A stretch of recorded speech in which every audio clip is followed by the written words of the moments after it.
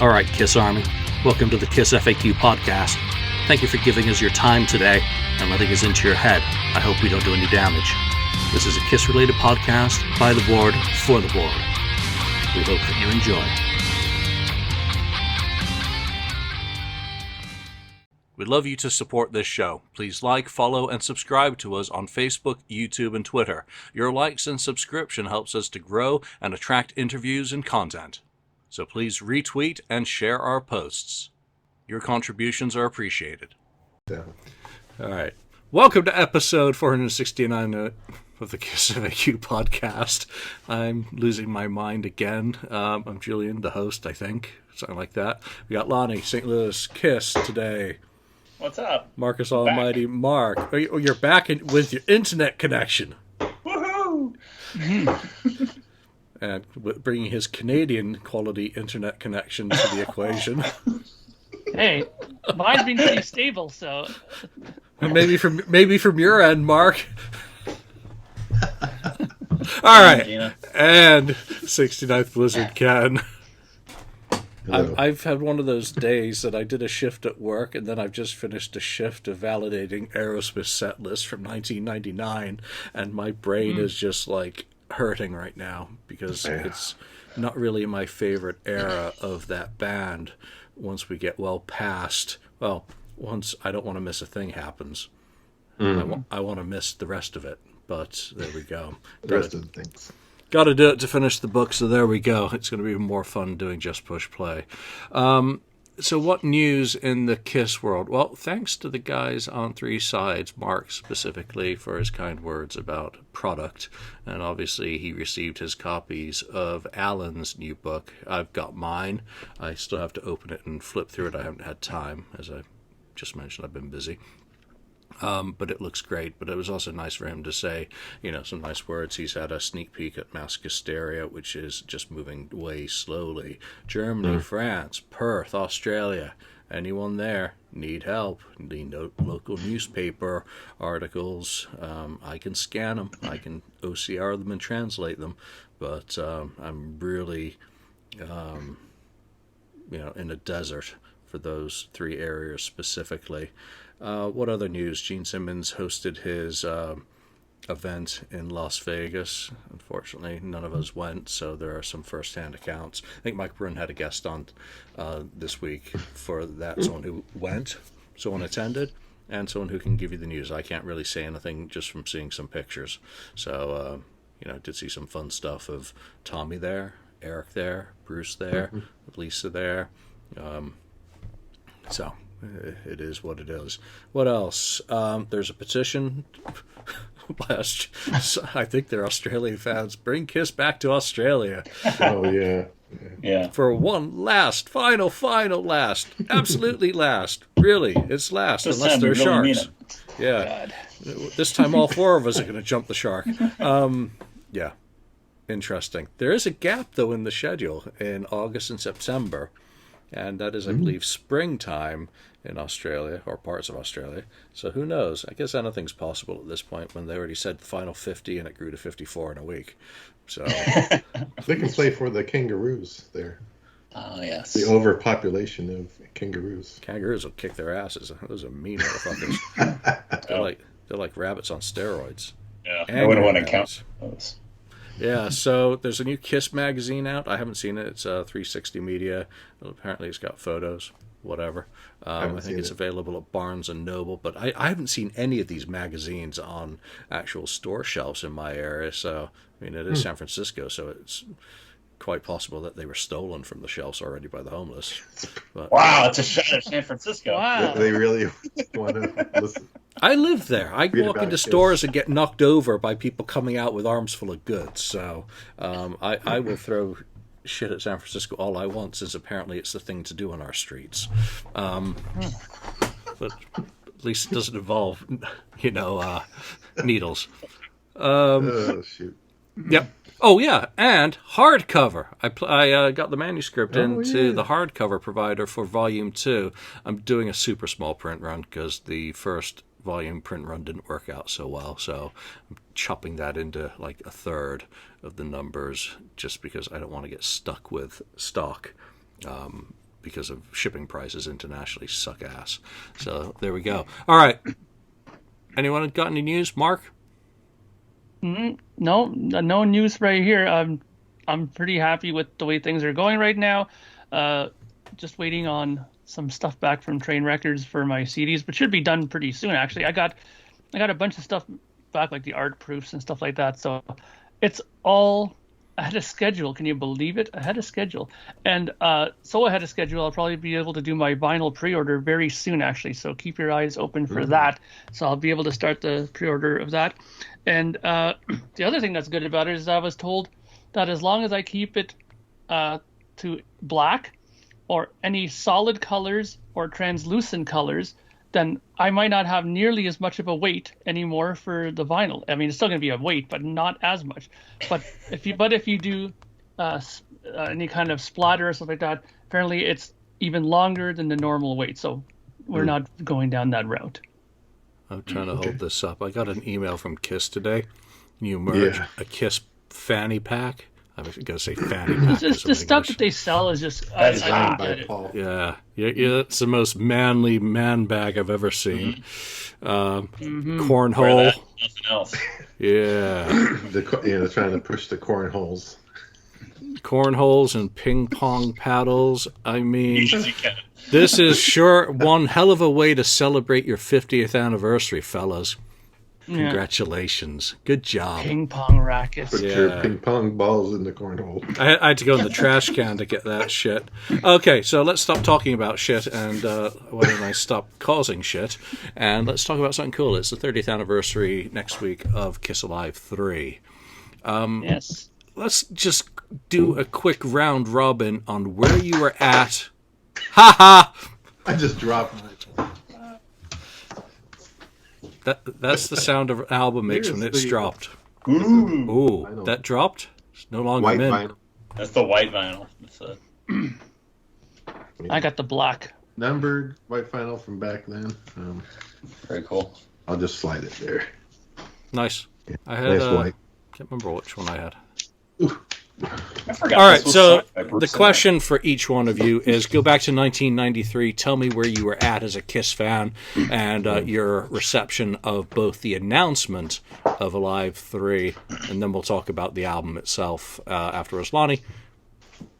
Well, it's going to be no surprise. Like, I was super excited about the announcement of Alive 3 coming out because if you're a longtime listener of the show, you know that I missed Kiss on the Revenge tour for dumb 13-year-old adolescent reasons. And Really? yeah. And but the fact that they were releasing a souvenir of that tour from the album that propelled my Kiss fandom to new heights, I was super stoked. And immediately thought that, well, maybe an Alive 3 album means an Alive 3 tour. They'll come back. They have to tour for Alive. They have to tour for Alive 3. They toured for Alive 2. They toured for Alive 1. They're gonna come back. They're gonna come back this in summer of '93. Obviously, they did not. But I was at a really high point in my Kiss fandom, and wore the shit out of this jewel case. It's really beat the hell. And you can tell by the number of times that I've slid this packet in and out of the jewel case to open it up and just stare and learn of the history of the band and all the different incarnations and The errors. yeah, at the time I didn't care and I didn't know at the time, Mark. I just like, oh, and it goes from here and to here, and this is the Kiss family tree, and this is how this came about, and this is where this guy's genealogy came from. I can't talk today, and I loved it, and I love the album, and we'll get into the album and how it sounds and this and that as we go. But at the time, man, I loved it and ate it up, and this thing is beat to hell because I've listened to it so much, especially back in the early 90s. Had some friction, huh? From It has. Yeah. Mark, what about you? Go back to 1993. Yeah, so I was only just referring to how I Was Made for Loving You was amazingly on Dressed to Kill for some reason, according to them on that credits. But other than that, Easy. um, yeah, great research on their part. But I gotta say, in '93, I was really like Lonnie. I was very excited about this record. Revenge had come out, and if you listen to this podcast, like Lonnie has said as well, you know that my friend Ted and I were big Revenge people, and we were in a band together, and we were listening to Revenge constantly all the time. And when Alive 3 came out, we were super excited. And Alive 3, and I'll say it right now, was the thing that cemented my love of Bruce Kulick, because his performance on this is absolutely fantastic. And I'll say it right now, he's done those solos, like for the classics like Deuce and stuff like that. I love Bruce Kulick's versions of those solos far better than Ace's. I'll say it on record every time now. His version of Deuce, much, much better. I think it's played better. I think it sounds better. I mean, it's fantastic. All the classics, I think Bruce has put as he respects it enough that the key points are there, but he puts enough of his stamp on it that I think it sounds really cool. And people like me who are like, pretty young at the time were very much hip to it. And, I can say it quite clearly that a new generation of Kiss fans were born from this era, I think. My friend Jerry, who was our drummer at the time, hated Kiss. He couldn't stand Peter Criss's drumming. And when Eric Singer joined the band and he heard Alive 3, suddenly he was a huge fan of Kiss, and he loved Eric Singer's drumming style, and songs that he despised like Deuce and all these other songs before he loved now because of the way he drummed it, which is far different if you listen to the way that Peter plays and Eric Singer plays it. So I think it's a pretty pivotal record in a lot of ways for some people or for some, sections of the up and coming, youth or generations of musicians that were coming up as well. Yeah, he must be really impressed now that Eric Singer has mastered harmonica, drums, lead vocals, and piano. Yes. So there yes, we go. Exactly. All right, going back to May 1993, I was heavily into opiates at the time. So when a butterfly flew into my room and delivered a cassette of Alive 3, I was amazed. I had a long conversation with the butterfly. No, I broke my leg at the time, and I was hopped up on painkillers because I fucked my knee up really badly for a long time. And back then, they could actually prescribe you things that were addictive.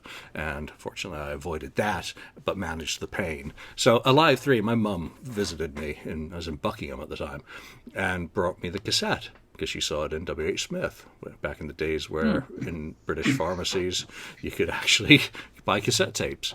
And I was really happy, because I was a little bit out of the loop Kiss-wise at the time.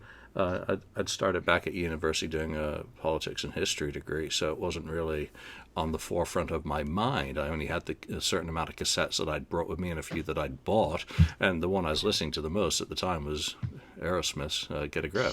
So I was shocked, because I hadn't heard a lot of bootlegs of Bruce, and from the Revenge tour either.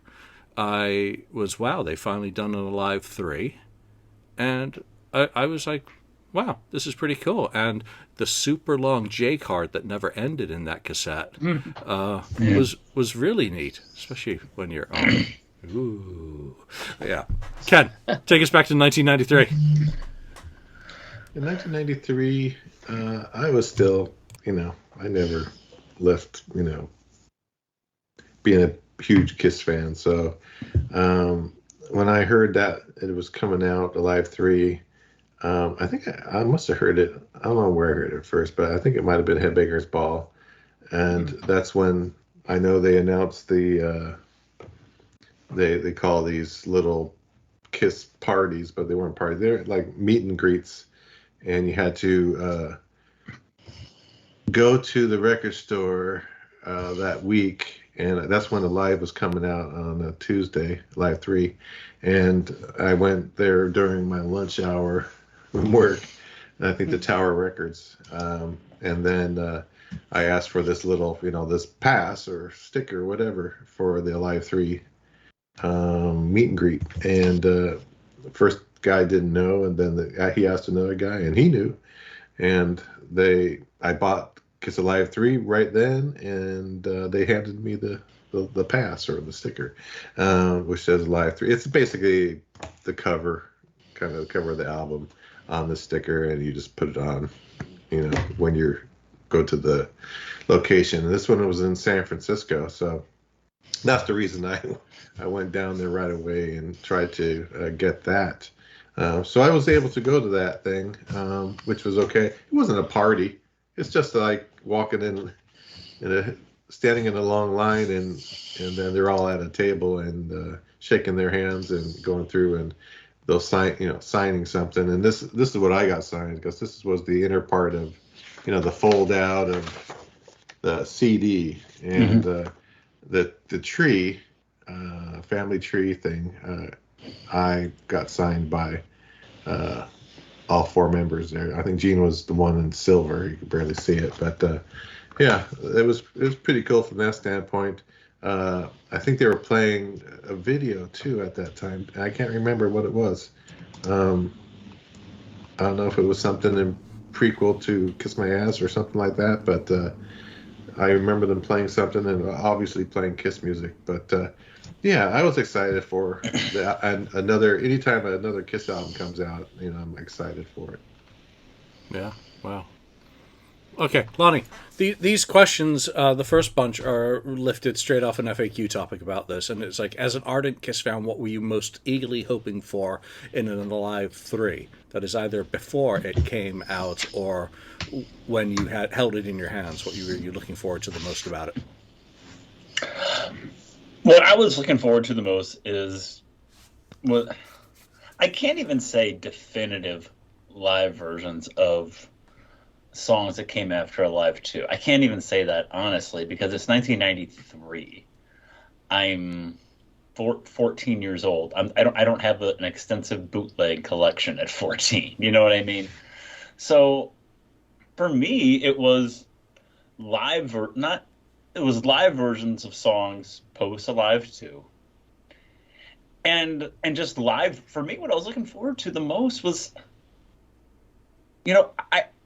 I had my brothers come home and tell me about this Kiss show, and about how the Statue of Liberty face crumbles, and and the torch, and I'm just living this show in my mind from when they saw the show in November until then. So what I was looking forward to the most was like hearing that experience that my brothers were able to, and I just listened to it over and over again. I remember they came home that night and go, "Oh, Lonnie, they did this, they did that, and they did War Machine." And War Machine's not on there, but we can get into that. And my brother told me the best song they played all night was "I Want You," and I'm like, "Really?" He goes, "My best song of the night was "I Want You," which isn't on there either. But then he told me about they ended this during Desert Storm was going on. They ended with the Star Spangled Banner, and like, oh, that's so cool. And that's why Star Spangled Banner is the last song on there. It's because Desert Storm was going on at the time, and the country was very patriotic at the time, and things were a lot different than they are today. But it became what I was looking forward to the most is just experiencing on CD what they got to experience live. And again, hoping that it would return. Unfortunately, I had to wait, several years before Kiss returned, in proper concert to St. Louis. But that's what I was looking forward to. I mean, I had Alive and I had Alive 2, but those other live versions of these great Kiss songs, and then just versions of these songs, some of the same songs like Deuce and Watching You, performed by this lineup that I just loved. So there was a lot I was looking forward to. You win the episode, as the guy who didn't get to go to the tour and was wanting to hear it as well. I mean, that I just can't relate to. I mean, because I didn't have bootlegs with me in Buckingham. I had maybe 5 bootlegs at the time anyway that the only ones that I'd, collected since my Binghamton days. I'd only moved back to Britain the year before, so I hadn't really added much to it at that point. So, I mean, I had no idea what the band sounded like. I mean, my only kind of anticipation about it was, it's like, it's too soon. That was my reaction to it, that Eric Singer's just played on a single studio release. And, I hadn't ever thought really about Eric Carr, and the live coming, in the 80s because of being out of the country and not really having music to that level, or at least not that music. So it was just like, it's like, why are they doing this now after just one album? Because again, I'd intersected going back to Britain to Scotland in, what was it, I think August 92 is when I went back. So I'd missed the tour in the spring that came out there. So it was a weird thing. It was like, why? So it's almost an orphan to me. Ken, what about you as someone who was, alive too? This is the next installation. Yeah, I was hoping. I mean, you said too soon. I say too late. From my standpoint, it should have been a lot earlier with Eric Carr, like in the mid '80s, something like that. And I would have liked to have had the same kind of format that they did of those, earlier albums. Obviously, Alive 2 is just everything. Of three albums worth of music, and Alive was 3 albums, of course, of music before. And I was hoping for something like that again, something where there's all newer songs that are on here that haven't been already put on a live album, either on Alive or Alive 2. I wanted just the newer stuff after Alive 2. So unfortunately, they never did that. I was hoping they would do that, in the 80s. I think they could have done it. Yeah, it wouldn't have had Rock and Roll Night. It wouldn't have had this or that. But that's fine. We've heard all that, But I guess they think that's the selling point of these live albums. So, yeah, I was kind of disappointed that they never did it. Never had Eric live. I know we had Animalized live uncensored video, but that's still not an official album or anything like that. And still at that, they were playing old, a mix mash of music. I just would have liked the same format. That's the thing that I was hoping for but never happened. And I thought, wow, the Live 3 at this point is like, to me, I thought this is way late to do this. Way late. I think they corrected that fault, though, this past year with the Creatures, live. That feels like the Eric Carr Alive 3. Yeah.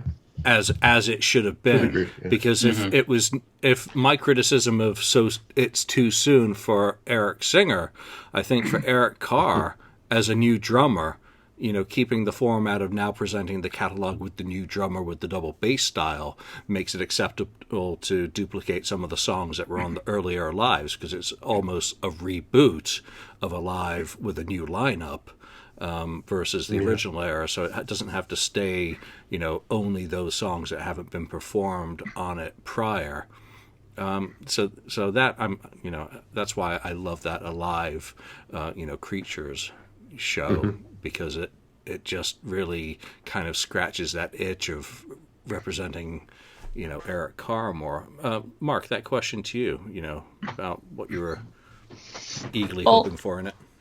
Honestly, I mean, I'm not really sure what I was hoping for, but the one thing that I was certainly hoping that it wouldn't be, and I know that this was a thought in amongst my friends as well, is that we were all praying, sweet Jesus, don't let it be like Alive 2 with that horrific audience, like a Beatles concert, like screaming through the whole thing.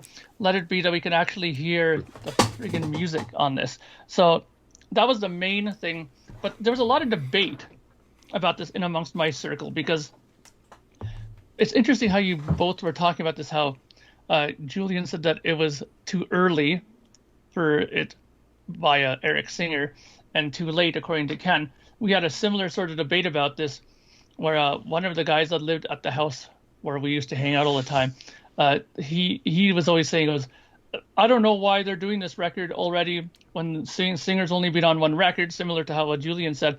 And he goes, and he had an interesting take on it. He goes, if they're smart, they'll make it like a double record like they've always did, and they'll have one record with Eric Carr stuff on it, and then the one record will be with Eric Singer. This way they won't jip off the people who wanted to hear Eric Carr on it. This way they can have a Real Alive with both drummers on there. And we were like, that's never gonna happen, dude. Are you crazy? Why would they do that? And there was a big argument about it, and my friend Jerry, of course, was like, "No, I hope it's just Eric. I'm not interested." He didn't mind Eric Carr, but he wasn't too hip on him either. But for me personally, I was just excited to hear it because, number one, they had such a more modern sound at this point, such a much more modern take on the songs, even the classics, and we were all about that. I mean, don't forget, I was in the generation of Mesa Boogie amps and JCM 900 Marshalls and these really high gain sounds and guitar things. We were into that. We weren't old enough to appreciate the whole old Marshalls from back in the day, like how ACCs and those kind of sounds. We were kind of like, that sounds weak, dude. We were more into like these heavy sounding Marshalls that James Hetfield would use, like the Mesa Boogie amps and stuff like that. So because they were using more of that kind of gear on this stuff, we were all for it. Like, listen to how heavy this sounds. Like, listen to when they do Creatures now. It sounds awesome, And so we knew we were going to get that at least. What we were going to get, we never knew. But we were disappointed when we started seeing flyers in the magazines that they did say it was only a 1 CD release. We were kind of like, 1 CD? We were like, we kind of thought that was odd at first, But we kept our criticisms to ourselves until we saw what it was. But my only thing was, I didn't want it to be an audience fest like Alive 2 was. That's the only thing I didn't want to hear. Well, you've just given the perfect segue into the next question. And one of the things is that it was only 1 CD, 16 songs. Late 92, AC/DC had released their live Donington show, which came in 2 versions, a single disc edition and a deluxe, which had 2. Now, clearly, in 1993, KISS was no AC/DC. Let's be absolutely fundamentally clear about the difference in both of those bands at the time, that KISS wasn't getting anywhere near Donington in 1992, regardless of Revenge and the quality as we perceive it in the fan community. The technical limitations of commercially produced CDs at the times were Red Book standard, 74 minutes. So it pretty much uses all that space which is available. Yes, you can burn up to 80 on a CDR. That's a different proposition. I thought that 1 disc was too short. And when you think of the number of songs that were left out of it, going back to my previous comment about it should have been representative of the whole show as a reboot of the Alive series. I mean, this is like the first 3 Star Wars movies, versus the ones that George Lucas made later. Completely different character set in some ways. So what was your reaction, Lonnie, to 16 songs, single CD? Obviously there's cost involved, as you can tell by the quality of the packaging and the proofing. Should it have been a double CD or nothing? I think it should have. In hindsight, not in hindsight, but even in real time, I was, as much as I talked about how I was excited for it, I was disappointed initially when I looked at it because, again, like I said earlier, that my brothers came home and they're like, "Oh, Lonnie, during War Machine, this happened, and I Want You was so great," and and then they ended with Detroit Rock City, and they came back and they played, Shout It Out Loud. They played they played God Gave, and they played Love Gun. I'm like, well, where are some of these songs at? Where are those songs? Where's Parasite? Like, where's the rest?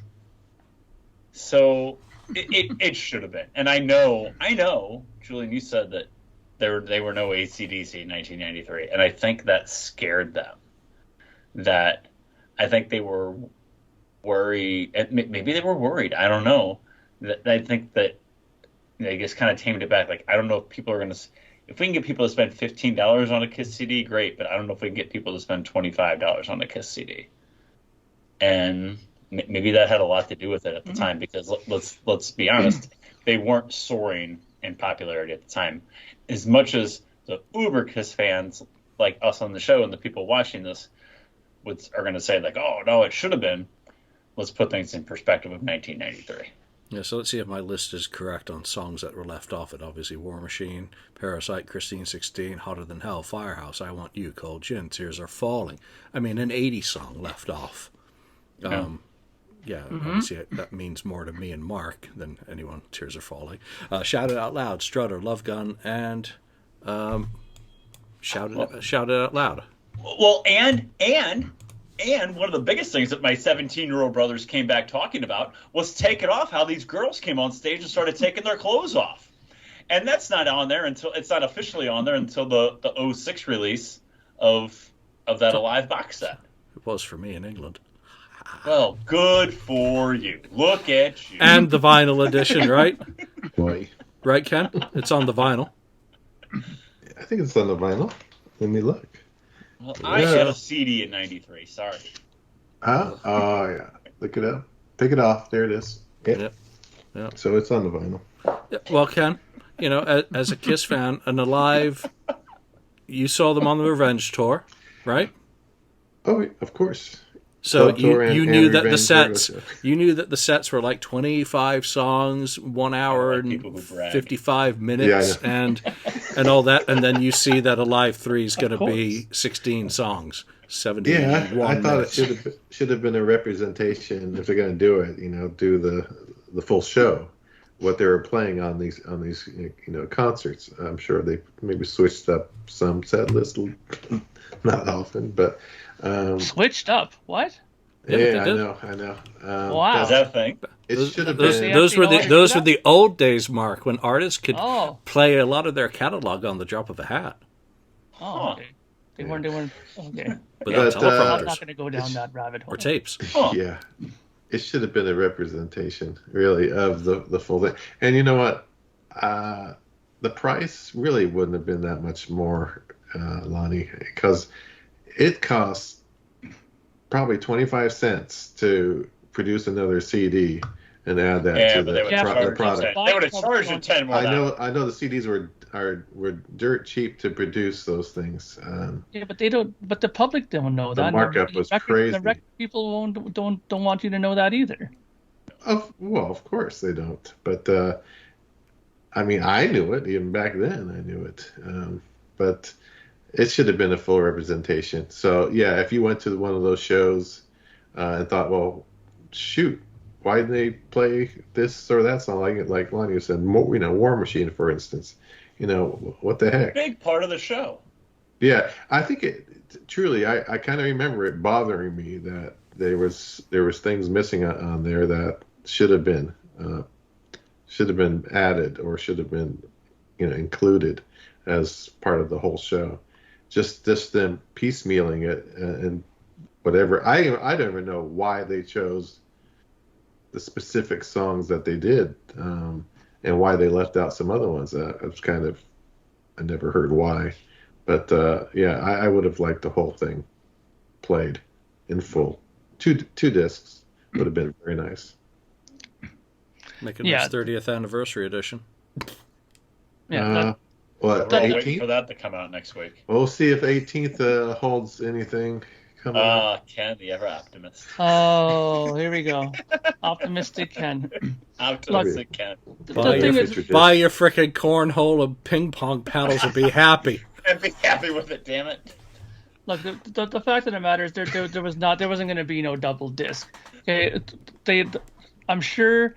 Look, when Gene Simmons said in his book that he had to literally go up and handshake the president or label and Kiss rear end a little bit here and there and make them aware that Kiss actually existed on their record label, they ain't gonna be giving no 2-disc versions of anything to Kiss at that point. They hardly sold decently on their albums. There's tour had to be cut short. I'm sure their record label was hearing every day that they needed tour support money to keep it floating as long as it actually did. So 2 CDs ain't gonna happen. Now, another thing that I found that was interesting is there's a couple of bootlegs that floated around from the Revenge era, and I remember one distinctly where Paul Stanley says, "All right, we're gonna do this song tonight, and if we do it good, hopefully it's gonna turn up on our live album." That was "Tears Are Falling," and he said it right on the bootleg. But he goes, "We're gonna perform it, and if it's good enough, then it's gonna appear." So that could answer one of your questions, why that didn't appear on it. Wasn't because good enough? maybe they felt it wasn't good. But the performance that was on that, I thought it was good. I didn't hear anything majorly effed up on it, you know. So, but you never know with these guys, you know. Paul will be like, "No, my voice is not that good there." Ooh, Yeah, you know, but so maybe you know. yeah, it's not just Paul, you know, because you'll read about the people who are listening to this, you know, to review it before it ever gets, you know, finalized, and they're saying that sounds too live. I mean, I've actually read those That comments. sounds too live. That sounds too live. Live. And the interesting thing though too is, one guy that I actually know. I'm not gonna say I'm like best friends. He's on my speed dial, but one guy that I know. Okay, Garth Richardson. He's the guy who was on here engineering this with Eddie Kramer. Okay, I distinctly remember him saying that when they were working on this, there was a lot of Paul Stanley floating over people's shoulders during the mix of this, to the point of where Eddie Kramer wasn't too happy about it. You know, that Paul was hovering around a lot during the mix of this album, and Garth said he remembered it vividly that happened, right?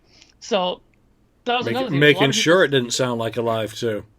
Yeah, well, but he was also saying that the problem was that Eddie wanted to give it apparently a kind of a classic tinge to it, and Garth is more of the new school. You know, he did Rage Against the Machine and all that stuff, so he wanted to give it a little bit more up to date sound, and Paul was kind of butting heads with both ways. And you know, Eddie just said, you know, whatever. Apparently, he threw his hands up and he said, "Listen, whatever, we'll do it Paul's way," and that's it. So personally, when the CD came out, I wasn't overly disappointed. I mean, there's, you know, what I was hoping wouldn't happen was what they did in the other records, where they didn't repeat anything from the other albums. You know what I mean? Like they did on the other ones, they didn't repeat anything that was from a live one on a live two, right? But this time, you know, we got stuff like Deuce, we got stuff like Watching You, you know, we had stuff on there that was on the prior ones as well. So I was happy to hear that, you know. I was surprised that we heard songs like "I Was Made for Loving You," because back when you first hear it, you think you know, will that fit? But they did a great version of it on this tour. I thought, you know, they really beefed it up, and it sounds like it totally fits with it, right? So, but you know, 16 songs is not, it's not a short, you know, record by any stretch of the imagination, but you know, a double disc live album, that's a long sit through too. You know, I mean, the other night I got the Moving Pictures 30th anniversary box, and I listened to the live concert from Maple Leaf Gardens. That's a long listen. That's a full concert. That's like 2 hours plus to listen to. For me, that's nothing. I love listening to Rush, but you know, that's a long listen. You know, and to put that on 2 discs, like I said before, a lot of it had to do with politics back at that point. You know, they weren't in no position to demand anything to make a double disc. They were hardly selling enough to. I don't even think they recouped costs on their last couple of records at that point. So they can't really, you know, demand anything. Okay, Lonnie, does it live up to the title Alive? In 2023, I don't think it lives up to the title Alive. Today. Because I hold Alive in such high standard. And Alive 2 to a certain extent. I don't love Alive 2 as much as Alive 1. Mainly because of what Mark mentioned about the pumped in Beatles fans is what it sounds like. And to me, Kiss Alive 1 just captures so much what the band sounded like live. And as much as I like this, and I do like this, there are bootlegs from the Revenge tour that the band sounds so good. Hell yeah. and it's not as much as I like this. And I started the show by singing its praises. It is not a proper representation of what this lineup sounded like. And I think it's a shame that we haven't gotten an off the soundboard from this lineup so that we could really showcase how great this lineup was. And maybe that's the reason we haven't gotten it, because this lineup was so good that people might be like, why isn't this the band now? Because why wasn't this the band come 2002? Because it sounded so good. Why didn't we just go back to this? I don't know. I can't imagine Bruce Kulick wearing Ace Frehley's makeup. But he can't play my licks. Let's not go down that rabbit hole. But I think I don't think it's deserving of the Alive. I don't think it's deserving of the Alive title, to answer your question, Julian, because I don't think that it's a proper representation of how good that lineup was.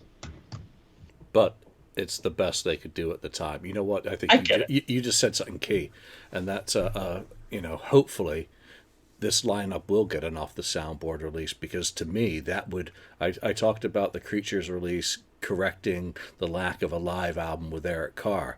I think an off the soundboard, if it is not fucked around with, say songs removed, guitar solos removed, or just push it out there. Yeah, if it's the whole a 2 CD Revenge era or Revenge lineup, because it doesn't have to be from the Revenge tour when 95 and 94 are equally and if not more powerful and dynamic, especially with the sets, that would correct all of my criticisms about Alive 3 in one fell swoop.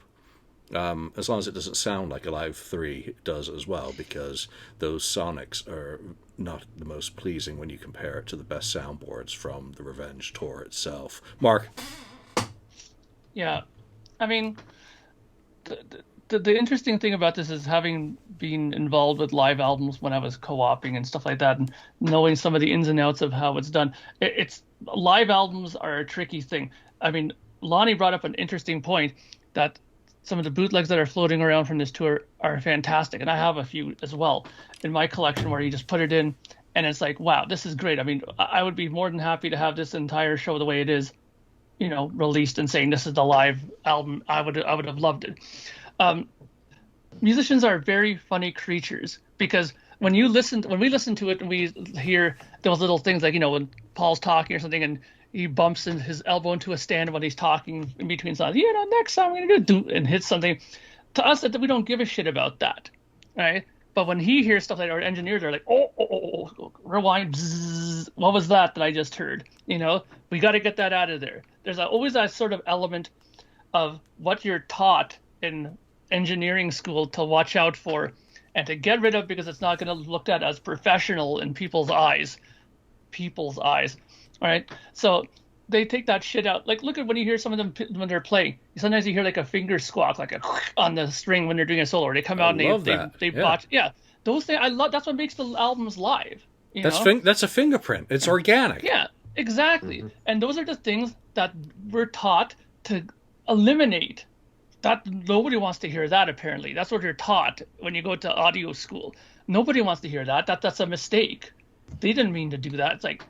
And I hate that thinking. I was never a big fan of that thinking. I always said that, to me, it just makes me believe that it's live when that's in there. Yeah, and then you're able to take those, like, what I love about them, sorry to interrupt you, is a finger scratch or a pick, grabbing on a string. Then you can marry it up to a recording to figure out which show the shit came from, when they're all there mixed you go. around. Exactly. Yeah. And the same thing too. Like when you hear a drummer bashing away, and all of a sudden his stick dropped, he misses a couple of beats of the hi hat, and all of a sudden it comes back in. Who cares? Nobody really cares. A general public will never really say, "Oh, I didn't hear a hi hat for a bar and a half there." These things. That's the problem with the whole audio engineering part for a long while, was they wanted to make it too perfect, too good. For its own good. I mean, what I loved about All the World's a Stage, it sounded when you put the headphones on, this is a Rush album, by the way, sounds like you're in Massey Hall. Now, you put on you put on Exit Stage Left. They've killed all the audience out of it, and it just sounds like they might as well have just recorded in a rehearsal hall and just added audience to it after. That's the other thing too, you know. You, all the elements that make an album great need to be there for it to be great, in my opinion. The mistakes, little glitches, if somebody misses a lyric or something goes a little awry in the singing, who cares? This is what people want to hear. They want to hear the performance. This is what they want to remember. When they say, you know, live from Cleveland, that was the other problem I remember reading a lot. People were saying that. It goes, I was at Cleveland. I don't remember Paul saying that, you know, or I don't remember this happening at this show. You know, so people really clearly get annoyed with the fact that they cut something, paste something in, or they go in and get, you know, Bruce to come in and fix up a solo, Paul come in to fix up a vocal. You know, people don't want to hear that shit. This is why I think, you know, people are starting to like the idea of the off the soundboards. So that's just my opinion on that. Ken. Yeah, this recording or production of it, I never liked it. I don't know, it's too much up front in your face kind of production. I want to hear more separation, you know, of the instruments and that sort of thing. And this shouldn't have been, they should have kept it away from the Alive name. They shouldn't have called it Alive 3. In my opinion, they should have stopped at Live 1, Live 2 since they waited so long. Just stop there, because that band was a totally different animal than this new band in the 90s. And it should have been called, you know, Revenge Live or Kiss Revenge Live or something like that. Revenge Tour Live. Just something like that, instead of trying to tie it to the first Live 1 and Live 2 and Live 3. I just didn't think they should have done that. So whatever, it was the decision. So, you know, it's like I said, it's a different animal. I don't like the production. I don't listen to it that often because of the production. That's the problem. And I agree that it should have been something like a soundboard would have sounded better than what we got. Yeah, there must be reasons behind it, because they supplemented this with, you know, the Kiss Confidential release, which infuriated me, that it has part of a live show and then videos from bits and pieces. I just found that so incredibly obnoxious, but I was so thrilled to see them. Don't get me wrong. You know, it was like more of that kind of stuff that, you know, we'd been introduced to with Kiss Exposed. And then on Kissology, they give us Palace of Auburn Hills, but just 17 songs again. It's like, what the fuck? You know, here's another opportunity to correct it, and what is done? You know, and again, I'm very happy that we have Kissology and everything that's contained within those. I'm happy that, you know, I was really happy that we had Kiss Confidential, you know, when I eventually got that as well. Because I didn't have a TV or VCR at university. Had a bar. That's all I needed. But Lonnie, you know, those videos, did they do anything to improve your kind of opinion of the whole Alive 3 thing? I mean, it was a commercial tie-in, Confidential, and it did very well. The videos, as far as Confidential goes? Yeah.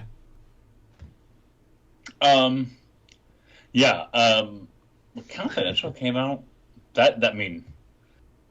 now I'm able to see what my brother saw with Confidential. And I was able to experience it on another level. I loved Confidential.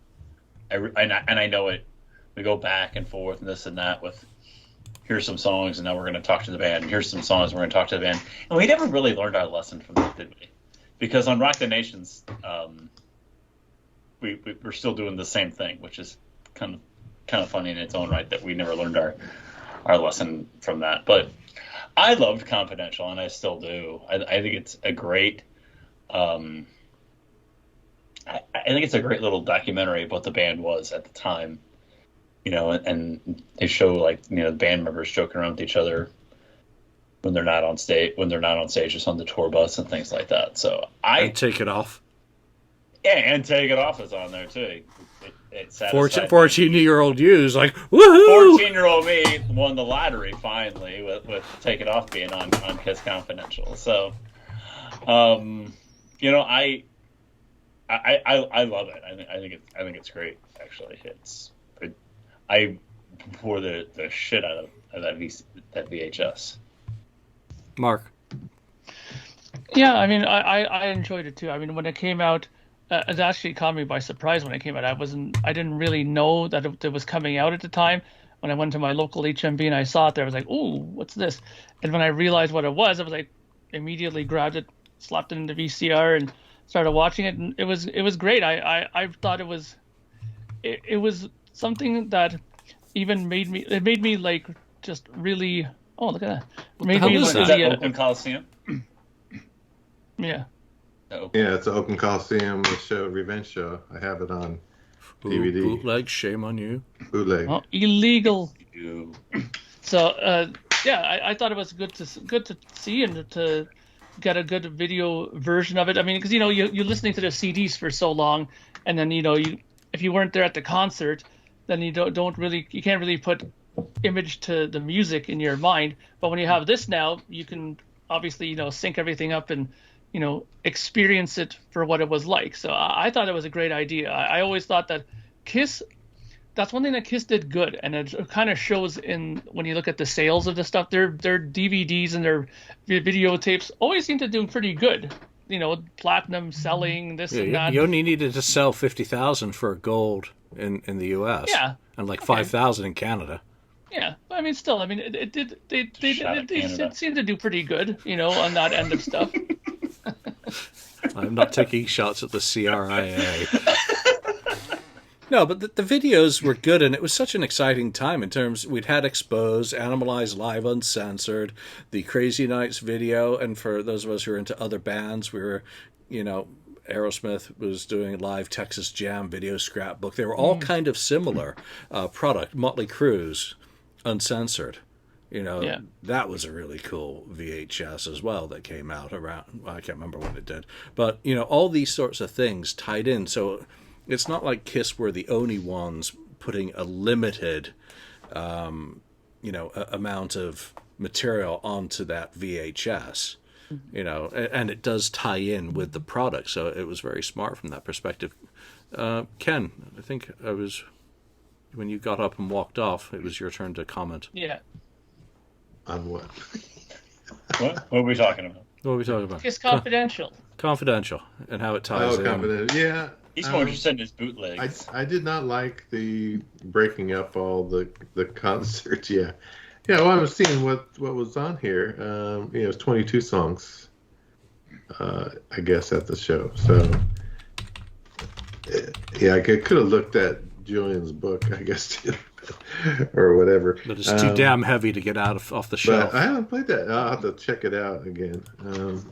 I mean, it's a concert, video from the crowd somewhere, off to the side, up in a seat, like level. One of those. One of those, but it's not too bad. It sounds okay. Yeah, Kiss Confidential, I thought was okay. It was kind of cool at the time. I just would have rather had a straight, live song after song, video. And I didn't even like the way they filmed it, or the graininess of their production. I didn't like it. I thought, gosh, it doesn't look good. Just to me, they didn't have to do that. Very edgy if they wanted to look. Yeah, tough and cool. They didn't have to do that. To me, I just thought, gosh, just leave it as it is. Record them as they are on the stage. Don't do any of these filters and whatever they're doing to the video. So, yeah, that was just overproduced, just like the actual, the CD, overproduced in my opinion. Yeah. So, if I'm not mistaken, didn't also Extreme Close-Up come out around this time too? Like the Revenge era around there, didn't Extreme It's Close-Up Revenge era, but it's more around the time Revenge came out than done Live 3.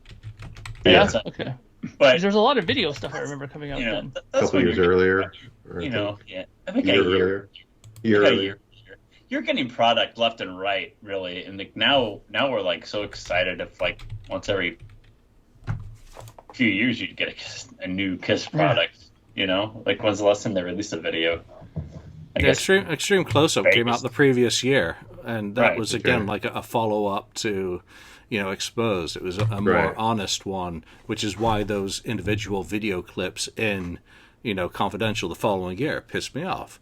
But then again, it's like it's cross promotion in a way. That stuff's there's more of that on Extreme, so it kind of makes sense from that perspective. I was just looking through some of the old bootlegs from the Revenge Tour. I mean, Montreal is the one that jumps out at me as one I listened to a lot back in the day when I was collecting. For all of these things, again, it's really weird to think that it was 30 years ago, and Lonnie's initial perspective as a 14-year-old and having missed the show, as I finally get to hear what it was like with his own ears, I think really resonates. Or mine of not even knowing that what was really going on in the Kiss world, and here's a live album that suddenly appears for me at a time when I need some entertainment. It's happy memories like that. Those are very positives, I think, as a way of looking back at the 30th anniversary of the album. It's not the kind of the longest. Well, what are the running times? Alive has a 78-minute running time. Alive 2 down to 54 minutes when you lop off the studio side. Alive 3 is 72 minutes, and just to throw into their contrast-wise, AC/DC Single Volume Live is 71 minutes, and the double is 2 hours and 12 minutes. But, of these songs that are left over, if you were able to say, well, we're going to reissue it on a single CD, but we're going to use up as much of those 80 minutes, so you can pick 2 songs of those that were not used. So Parasite, Christine, 16, Hotter Than Hell, Firehouse, I Want You, Cold Gin, Tears, Shout It Out Loud, Strutter or Love Gun, or War Machine. Which 2 of those songs would you add on as bonus tracks where they just do a single disc, cheap ass 30th anniversary edition? Mark. Easy. I would put on Tears Are Falling. And Beth. I thought that they... Yeah, of course. That would definitely be on there for me. Tears Are Falling, I would definitely put on there. But I thought also that their performance of War Machine at that time was really good. So I think I would put that on. We weren't sick of it already by that time. It's tough to pick, really good performances. And you're talking about this lineup. You have got to be shitting me trying to pick one. Lonnie, which 2 of those would you super get excited and happy for? For me, it's an easy pick. It's the 2 songs that my brothers came home talking about, and that's I Want You and War Machine. It's an easy pick. They said all this cool shit happened during War Machine, but the Statue of Liberty, but I Want You was the best song they played all night. It was so good. It's easy. Ken, do you have to think about it? I know Yeah, you're going to say he's going to say War Machine. I am. That's one to say. Yeah. What I would have done is I would have removed I Was Made for Loving You from it and added 3 others. Meaning I would have added War Machine. Yes, one that's for sure. I would have added Parasite and Tears Are Falling. Those 3. I would have eliminated I Was Made for Loving You. Why Parasite, Ken? It's classic. That fucking performance by that lineup? It's just awesome. Just asking. It's just great. Yeah. And Gene sings it. Oh, of course. That's See, that puts me in a difficult spot now, because I was Parasite and War Machine. But it almost feels wrong to leave Tears Are Falling out. I think that was kind of... Yeah, I like that. I'm going to have to go with Tears Are Falling and War Machine would be the 2 that I'd put on. And it really kills me because there are so many good songs. Hotter Than Hell. Yeah, they did Strutter, a good version of that. Really good. Parasite, spectacular. Parasite, just beyond superlatives in many ways. So I spun the disc yesterday and today, and because, like I said, I'm working on the 1999 Heart of Aerosmith. I was listening to a little South of Sanity. I got to say, Alive 3 blows that out of the water as product of a live album representation, almost a contractual obligation release, which is really weird. Whereas the unreleased version of Little South of Sanity, when it was still called Greatest Hits Live, blows Alive 3 out of the water. So it's just weird perceptions of the same product from that perspective. I want to finish up on one piece of news. And if he's watching, I've deliberately left it to the end. So, help yours, Andrew. Wow. Yeah, if you're not aware, Andrew has put out a high-definition version of The Greatest Show on Earth. And he's put a hell of a lot of work into correcting video with new HD sources and redoing the film from that perspective. So if you've seen The Greatest Show on Earth and have enjoyed it previously, wait until you see it in HD. I just said the word superlatives and being beyond them. This really is an absolutely incredible piece of fan work to put that amount of time and effort into making something look and sound as great as it does. So you can find the link for it. Right now it's on the FAQ, but it'll be, no doubt, Andrew won't promote it at all, and it'll be posted everywhere. Because it certainly should be. Even if you've seen it before, the original version, it's the 5th anniversary of that release, which is really weird as well to think that fans are celebrating the anniversaries of stuff that they've done. We're all getting long in the tooth, clearly, so I do recommend checking it out. Any last thoughts, guys, before we go? Yeah, this is much better than Alive 4. Which Alive 4? We can talk about Alive 4 in July for the 20th anniversary of Alive 4. Alive 4 Symphony? Alive 4 Symphony, it was recorded in February, but it came out in July. So we can talk about that in July. We got that to look forward to. I don't want to talk about that shit sandwich. What about the Millennium concert? Don't want to talk about that shit sandwich either. That's what I was saying. It's better than that, right?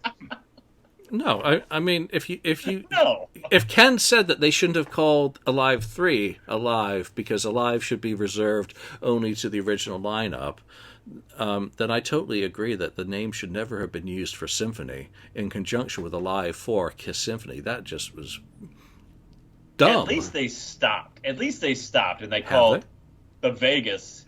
We don't know that. But they called the Vegas thing Kiss Rocks Vegas. They didn't call that Alive 5. Well, the Millennium Show, they called it Alive, right? Right, but they stopped after that. And that was with the original people, too. And that was terrible. That was going to be Alive 4. This is a discussion for July when we talk about Alive 4. Yeah, because, all Europeans want them to have Alive 5. That's a V, if my fingers could bend that, rather than that's 2, that's 5.